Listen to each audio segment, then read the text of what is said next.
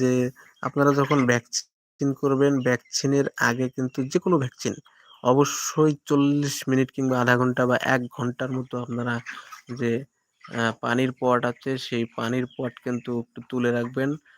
৪০ minute বা ১ ঘন্টা পরে যদি আপনারা খাবার দেন, পানি দেন ভ্যাকসিন সহকারে তখন কিন্তু মোটামুটি ১ মিনিটের ভিতরেই কিন্তু সব পানি খেয়ে ফেলবে।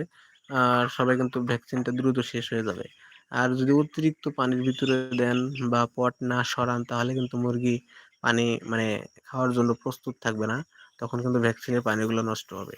আর একটা জিনিস খেয়াল রাখবেন, ভ্যাকসিনের পানি কিন্তু সর্বদা বেশিক্ষণ রাখাটা ঠিক না। আপনারা ১ থেকে ১.৫ ঘন্টার ভিতরে ভ্যাকসিনের পানিটা সরিয়ে ফেলাটাই উত্তম হবে। তাই যতটা সম্ভব আপনারা একটু টার্গেট করবেন যে ১ ঘন্টার ভিতরে বা ১.৫ ঘন্টার ভিতরে আপনার খামারে যে মুরগিগুলা আছে, সেই মুরগিগুলা কতটুকু পানি খেতে